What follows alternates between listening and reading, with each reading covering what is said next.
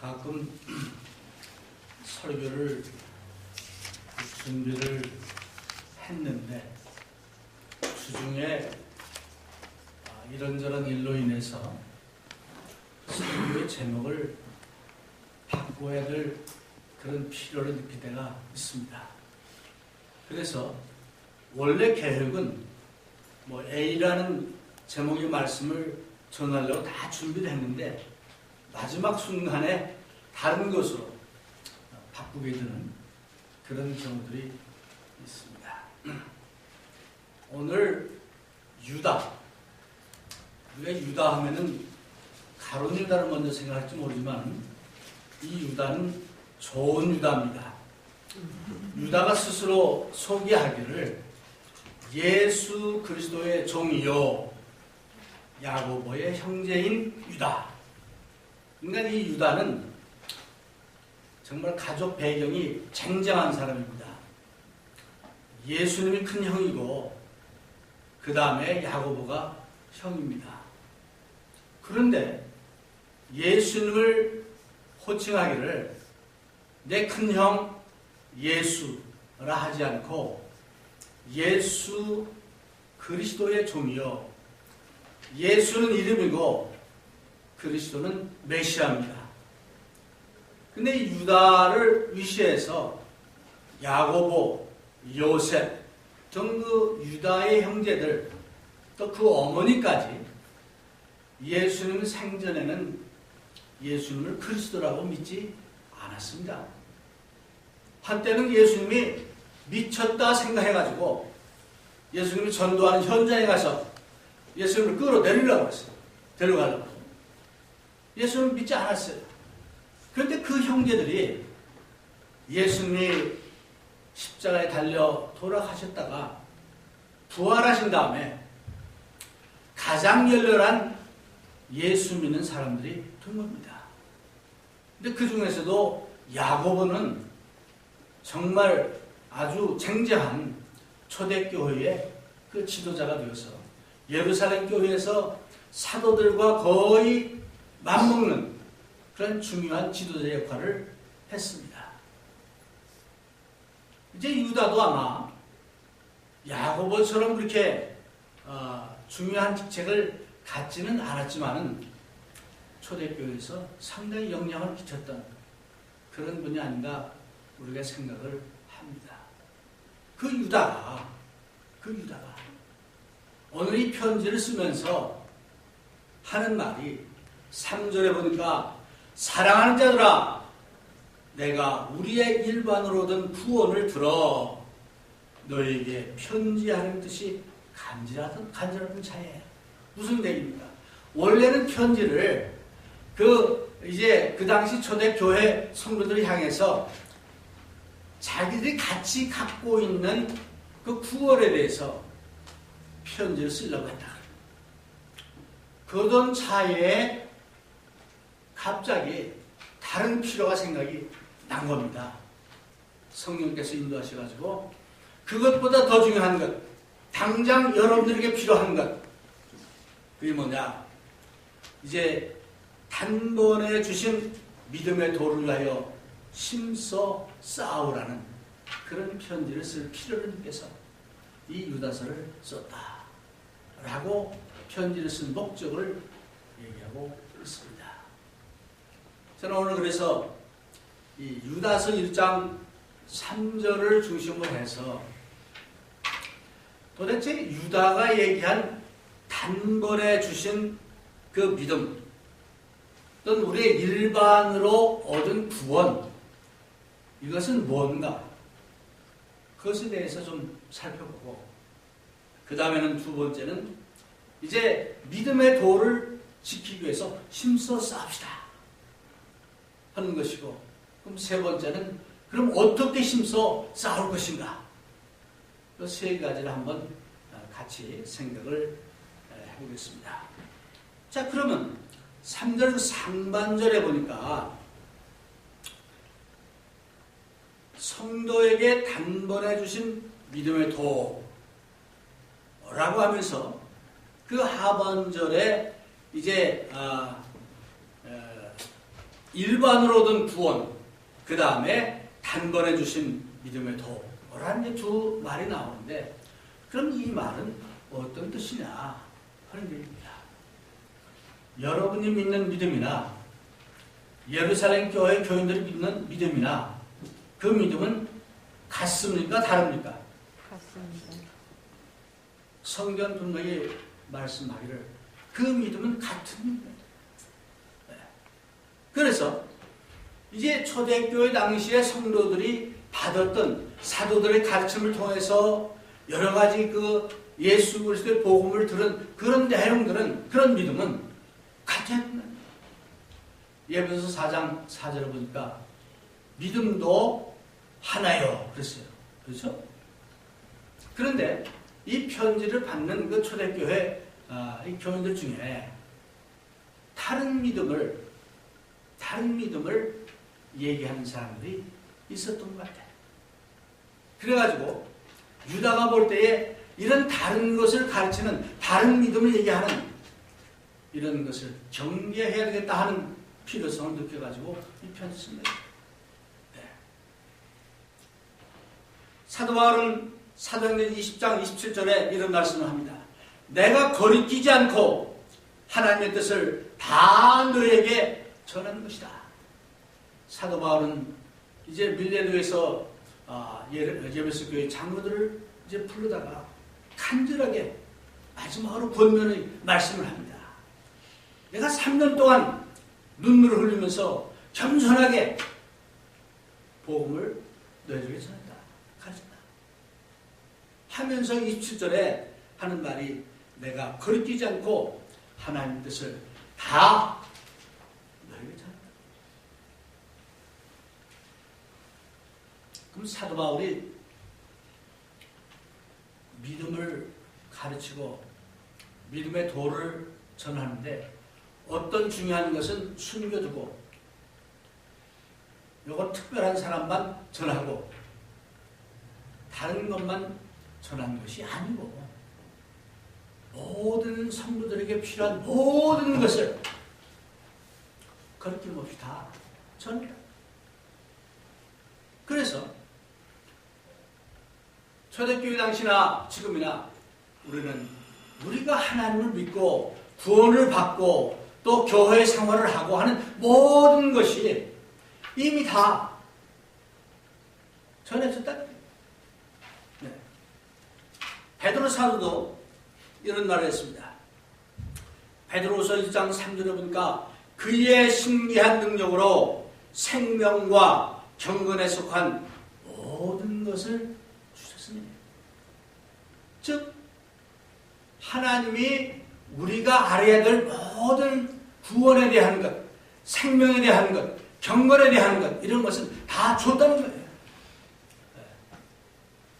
하나도 빠짐없이 줬다. 우리가 잘 아는 디모데후서 3장 10절, 17절 우리 다 외죠 이거는. 우리 한번 같이 외워봅시다.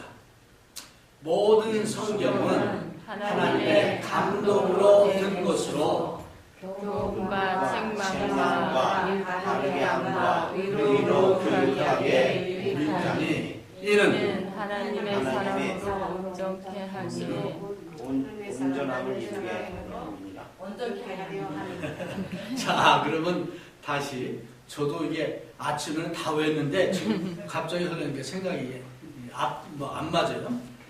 모든 성경은 하나님의 감동으로 든 것으로 교훈과 책망과 바르게 함과 의로 교육하기에 유익하니 이는 하나님의 사랑으로 온전케 하며 모든 선한 일을 하기에 온전케 하려 합니다. 그러면 성경 말씀은 오늘 우리가 예수 믿고 구원받고 교회 생활을 하고 하는데 필요한 것이 다 있습니까? 없습니까? 있습니다. 다 있답니다. 그래서 유다는 말하기를 이제 일반으로 얻은 구원 또는 단번에 주신 그 믿음의 도라는 표현으로 이것을 얘기하는 거예요.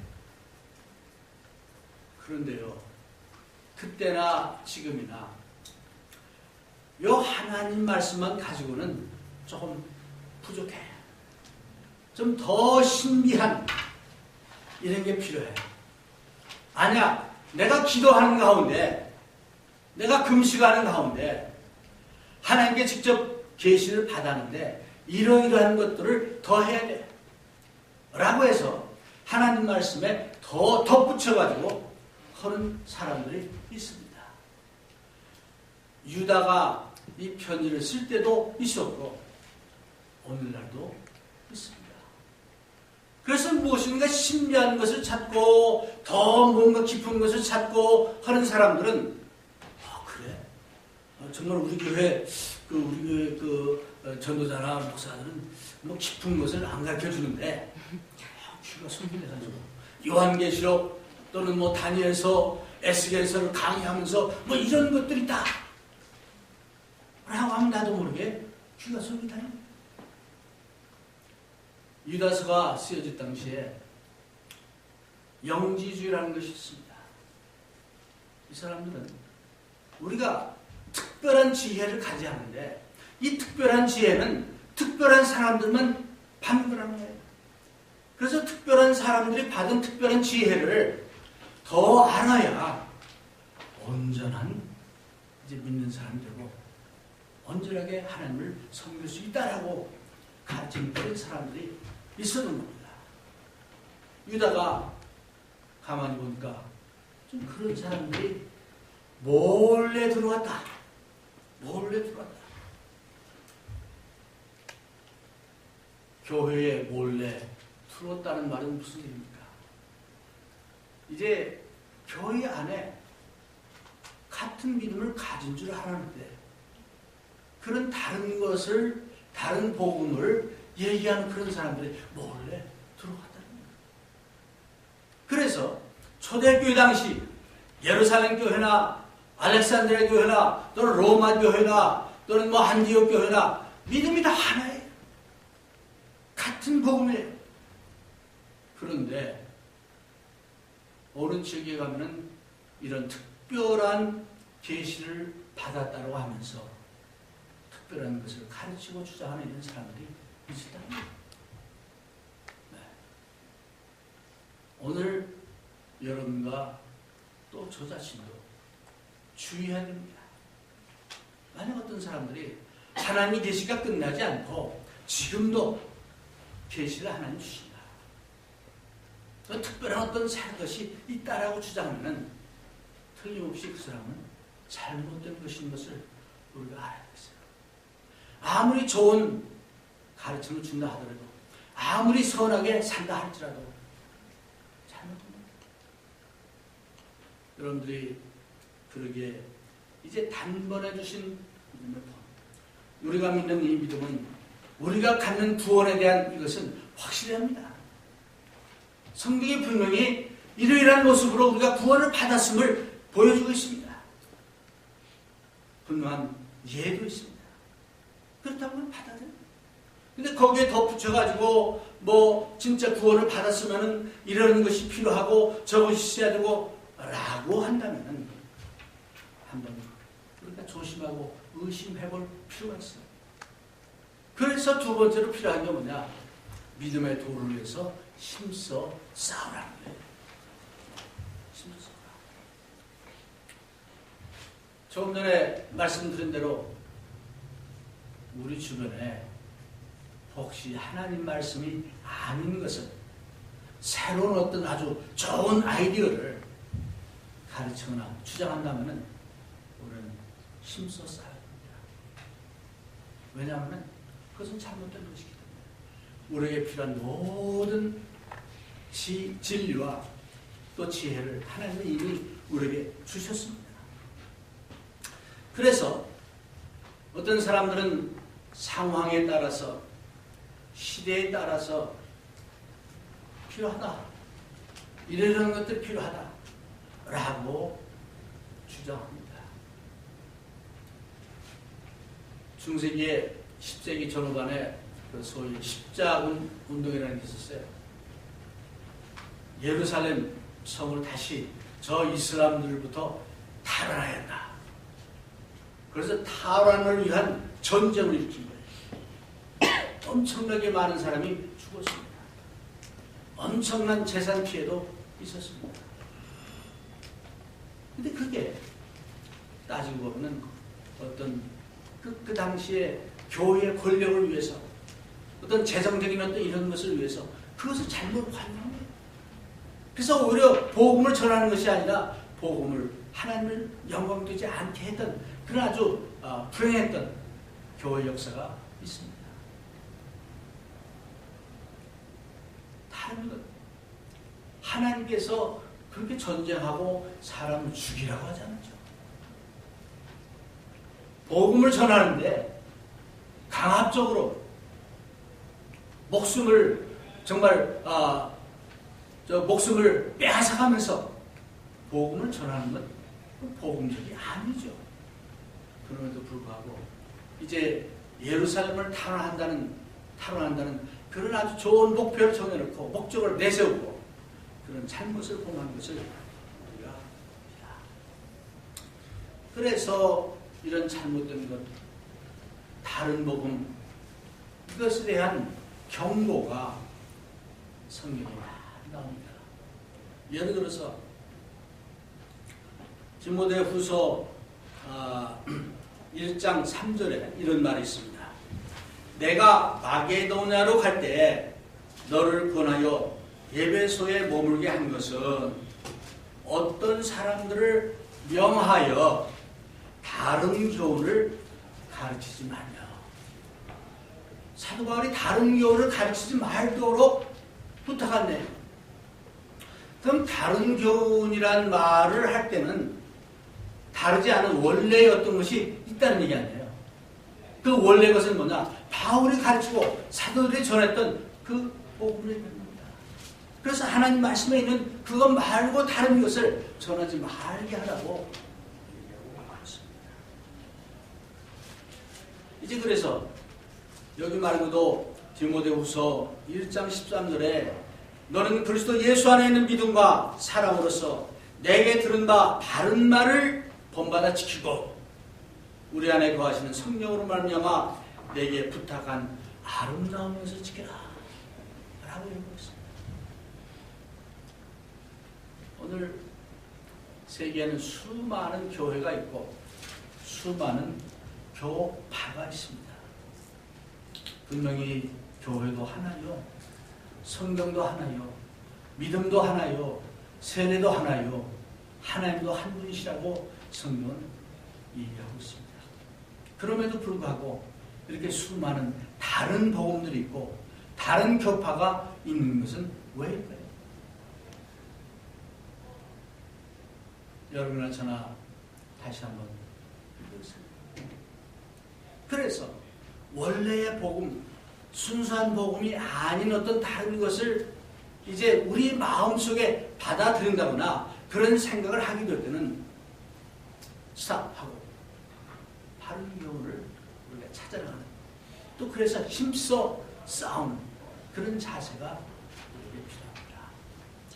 사실 싸운다는 표현은 어떻게 보면 굉장히 공격적이고 그렇습니다. 그렇죠? 저는 싸움을 잘 못해요. 혼자 자라서 그런지 싸울 상황이 되면 가지라고 그래요. 근데 그게 어렸을 때부터 배웠어요. 근데 싸울 상황이 되면은 안 해버려요. 근데 성경에 보니까 믿음의 도를 위해서는 뭐라 그랬어요? 힘써 싸워라. 싸워도 그냥 싸우는 게 아니야. 이 힘써라는 말은 아주 그냥 이를 막 다물고 주먹으로 쥐고 싸우라는 표현이야 이게. 그렇게 싸우라는 거예요. 교회가 또는 우리가 믿는 그 믿음의 도가 잘못되어 갈 때 주먹을 쥐고 힘써 싸우는 그런 마음을 가져야 된다는 거예요. 그걸 유다가 얘기합니다. 여러분 어떻습니까? 신앙생활을 하다가 이건 아닌데 라는 마음이 들 때 어떤 자세를 취합니까? 좋은 게 좋은 거지. 나 혼자 새기면 되지. 그냥 그러고 넘어갑니까? 아니면 그것을 위해서 힘써 싸운다는 얘기는 대항해서 이제 그것이 잘못된 것을 지적하고 또는 그것을 없애고 또 그게 싸운 거죠. 그건 아니겠습니다. 그래서 이제 유다뿐 아니고 사도 바울도 또 베드로 사도도 성경 여러 군데 보면은 우리가 힘써 싸우라는 그런 말들이 많이 나옵니다. 그런데 유다는 여기서 왜 힘써 싸워야 하느냐 하는 이유를 크게 한 두 가지를 얘기하고 있습니다. 4절에 보니까 이는 가만히 들어온 사람 몇이 있습니다. 이 가만히 들어왔다는 건 몰래 들어온 사람들, 교회에 몰래 들어오는 사람들이 있습니다. 옛날이나 지금이나 들어와가지고는 흔들어댑니다. 우리의 믿음을 혼란시킵니다. 그래서 어떻게 보면 이것도 좋고 저것도 좋고 뭐 그런 식으로 잘못될 수 있습니다. 이제 그런 사람이 있기 때문에 유다가 편지를 쓴다는 건데 이 사람들이 하는 것 중에 하나가 뭐냐? 하나님의 은혜를 새벽거리로 바꾸는 사람들이 무슨 얘기입니까? 하나님은 사랑이십니다. 우리가 하나님의 은혜로 구원을 받았습니다. 그렇다면 하나님의 사랑과 하나님의 은혜가 항상 충만하니까 우리가 아무리 죄를 지어도 될 수 있다. 왜? 하나님은 사랑이시고 하나님은 은혜이시기 때문에 하나님의 은혜로 우리가 구원을 받았기 때문에 그래서 교회에 몰래 들어온 이런 사람들이 이런 것을 부추긴다. 그래서 하나님의 은혜가 있기 때문에 우리 마음대로 행해도 된다. 라고 잘못된 생각을 합니다.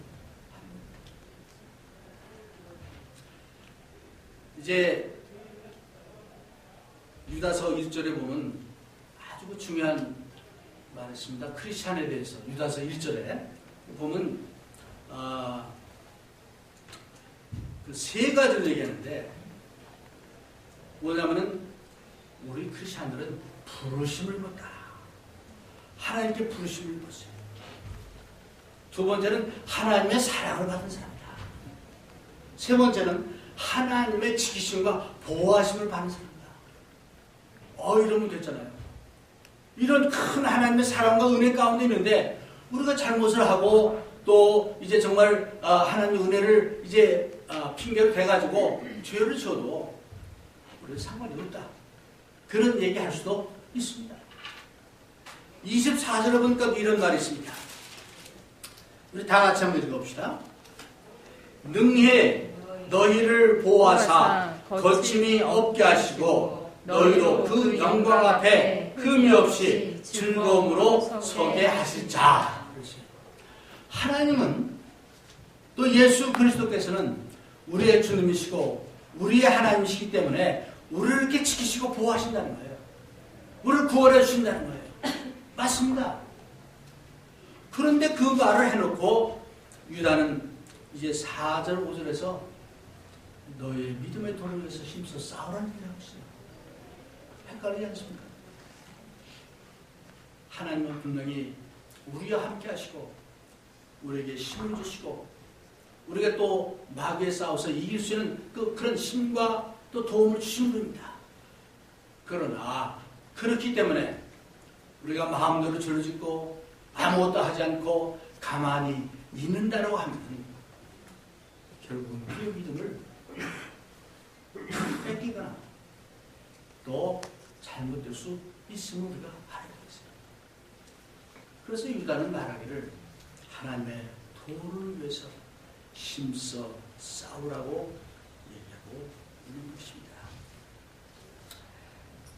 마음 놓고 죄를 짓거나 그저 아무것도 하지 않고 가만히 있거나 또는 안 믿는 사람과 똑같이 그런 행동과 그런 삶을 산다면 우리의 영적 삶은 뻔합니다. 그러기에 우리는 항상 깨어 근신하며 기도하라고 성경은 말하고 있습니다. 우리말에 그런 말 있죠. 허가 맡은 도둑놈. 이게 무슨 얘기예요? 허가 맡은 도둑놈. 이제 법적으로 하자 없이 도둑질하는 사람들이 있다는 거예요. 이 사람들은 마음 놓고 이 하나님의 은혜가 있으니까 마음대로 죄를 져도 된다. 받고 말하는 그런 사람들 아니겠어요? 아들이죠. 우리는 믿음의 도를 지키기 위해서 힘써 싸우는 겁니다. 두 번째, 이 사람들은 어떤 사람들이냐? 하나님과 예수 그리스도의 권위를 부정하는 사람들이에요. 왜? 내 마음대로 죄 짓고 하나님 뜻대로 행하지 않고 그렇게 한다고 하면은 그건 하나님의 권위를 부정하고 예수님의 권위를 부정하는 것밖에 더 돼요. 우리가 정말 예수님을 주님으로 고백을 하고 예수님을 주님으로 모시고 산다면 그 주님이 원하시는 대로 주님의 뜻대로 행하고 살아가야 되지 않겠어요? 여러분이나 저나 우리의 목표는 뭡니까? 정말 살거나 죽거나 자나깨나 주님의 뜻대로 살기로 하는 그것 아닙니다. 하나님을 기쁘시게 하고 또 하나님께 영광을 돌리는 것이 우리의 삶의 목표가 아닙니다. 그런데 이 사람들은 그렇지 않고 나를 하나님 대신에 대입하고 내 뜻대로 내 마음대로 하나님 말씀에 덧붙여가지고 이렇게도 하고 저렇게도 하는 그런 무리들을 향해서 힘써 싸우라고 하고 있습니다. 그럼 마지막으로 어떻게 힘써 싸울 수 있겠느냐? 그러니까 싸움을 하려면요, 첫째는 내가 싸워야 할 이유를 알아야 돼요. 어떤 동기나 아무것도 없이 싸울 수가 없어요. 내가 믿는 그 믿음이 뭐냐 하는 걸 알아야 믿음을 지킬 거 아니에요. 믿음이 이것도 믿고 저것도 믿고 한다면은 뭐 싸울 필요가 없죠. 가만히 있어도 되죠. 그래서 내가 왜 싸워야 하는지 분명한 우리의 목표를 알아야 되겠죠. 두 번째는 싸울 때는 무기가 있어야 돼. 네, 그렇죠? 지금 아마 그 이북의 김정은이가 하여튼 뭐 백성이 굶든 말든 원자탄만 만들면 우린 된다. 막 그런 어떤 뭐를 있는 것 같아요. 그 할아버지 때부터 이걸 뭐 유언으로 받은 건지 제가 느끼기에는 김일성이가 이제 그 2차 대전 말기에 소련군 소령으로 근무했을 때죠. 그런데 그 막판에 1945년 그 8월 달에 그때까지만 해도요, 이 전쟁이 계속 끌어갈 수밖에 없었대요. 그래서 이 미국 이 정보당국들이 이렇게 계산해 보니까 이대로 가다가는 수십만 명이 더 죽거나 다치거나 이렇게 할 수밖에 없다는 결론이 나가지고 오케이, 원자탄 떨어뜨리자. 두 방 떨어뜨리니까 금방 끝나버렸잖아요. 그걸 김일성이가 봤잖아요. 그래서 아마 그때부터 원자탄의 파워를 느끼지 않았나, 네? 우리가 추측한데. 그래서 자기 아들 김정일에게도 이제 유언을 주고 하여튼 뭐 어떻게든지 이 원자탄만 우리가 갖고 있으면 된다. 뭐 이런지 모르겠어요. 네. 어쨌든 우리가 싸우려면은 무기가 좋아야 돼요. 크리스찬들도 영적으로 싸우려면은 영적인 무기가 있어야 됩니다. 그래서 사도 바울은 예배서 6장 14절 이하에서 말씀하기를 우리 한번 봅시다. 오늘 세춘에 가면 좀 빨리 가면 밥을 안 준대요. 제가 여러분들 생각해서 예배서 6장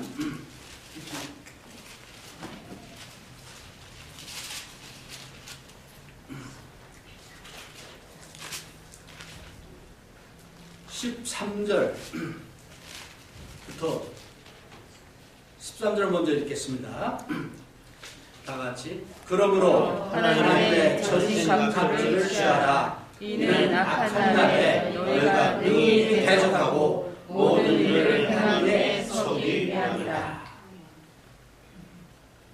영적 싸움을 할 때 하나님의 전신갑주를 없습니다.